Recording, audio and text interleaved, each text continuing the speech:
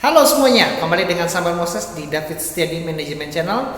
Hari ini saya akan membahas tentang 5 sifat yang harus dimiliki seorang leader ketika kita sekarang sedang berada di dalam sebuah krisis ekonomi, khususnya di krisis karena virus corona.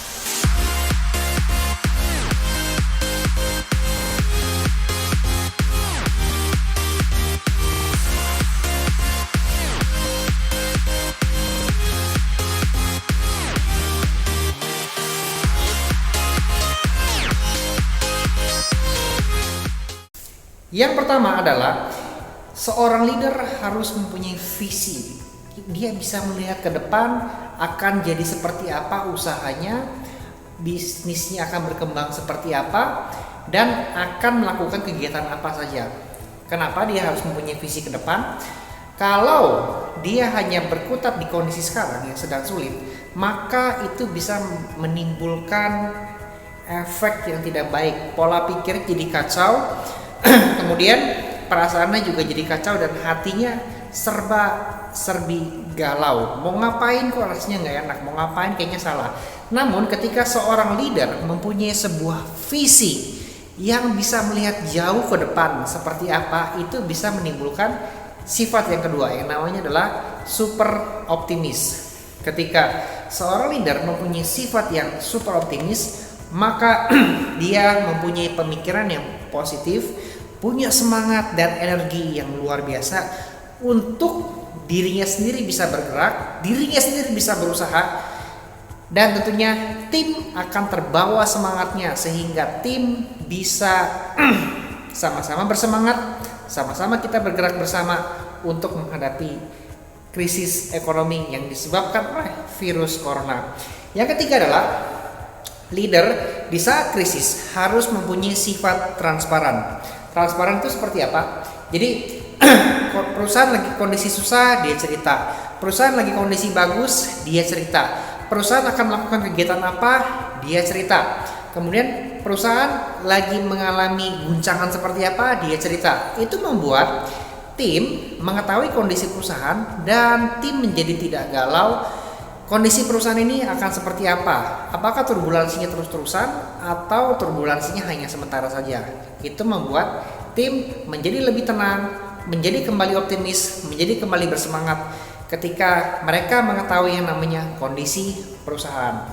Yang keempat adalah di saat krisis, khususnya krisis ekonomi, seorang leader harus over communicate, rajin ngomong, rajin briefing, rajin bicara. Kalau Anda sebelumnya hanya bicara tuh satu kali dalam 1 bulan kepada tim, Anda hanya menghubungi customer 1 tahun 1 kali, kemudian Anda melakukan briefing atau meeting 2 bulan 1 kali, misalnya seperti itu ya. Jadi frekuensinya sangat-sangat jarang sekali.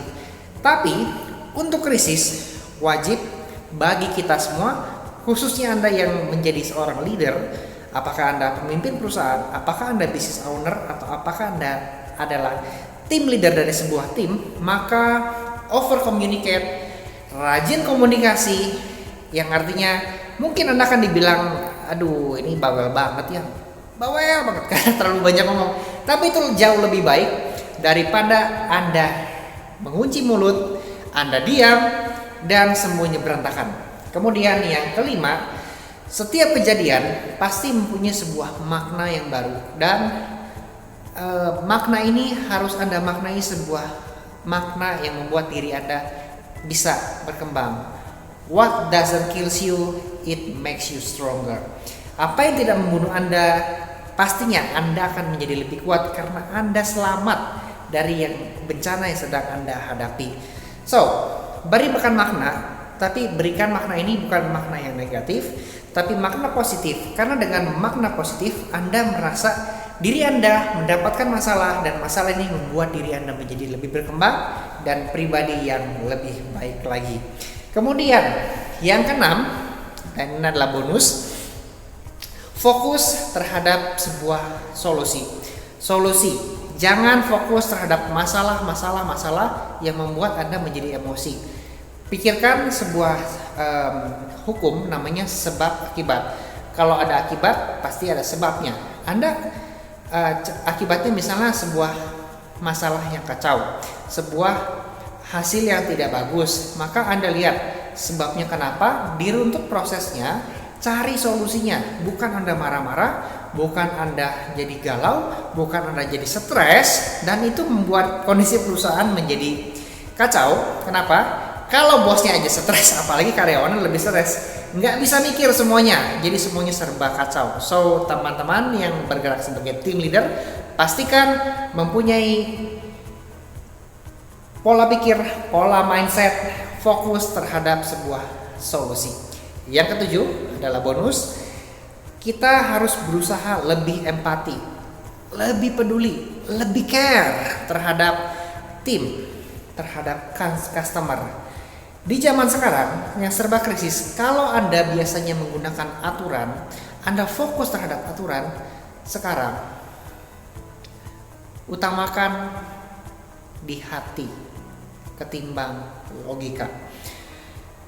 Banyak gunakan hati karena di saat krisis seperti ini kita agak sulit untuk bisa mengikuti sebuah aturan yang biasa, kebijakan yang biasa. Maka kita harus berubah dari yang biasanya menggunakan logika, gunakan hati, lebih peduli. Maka itu akan mendatangkan efek berkat, efek berkah dari yang di atas.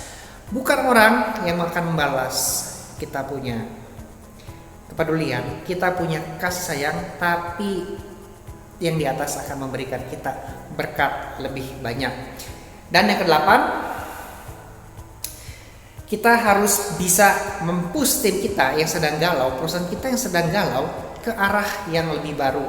Kita arahkan mereka. Ketika mereka mulai kacau, mulai stres, kita arahkan ke arah yang lebih baru. Buat mereka yang tadinya arahnya salah, dibalikin lagi ke arah yang benar. Diarahkan sesuai dengan visi misi dari perusahaan yang sudah dibuat. Oke, teman-teman semua. 5 dibonusin 3, jadi itu dia 8 tips yang harus kita punya untuk menjadi seorang team leader, seorang business owner yang bisa peduli terhadap perusahaannya. Kita akan ketemu lagi di tips video berikutnya bersama dengan saya, Samuel Moses. Tentunya jangan kemana-mana, hanya di David Setiadi Management Channel.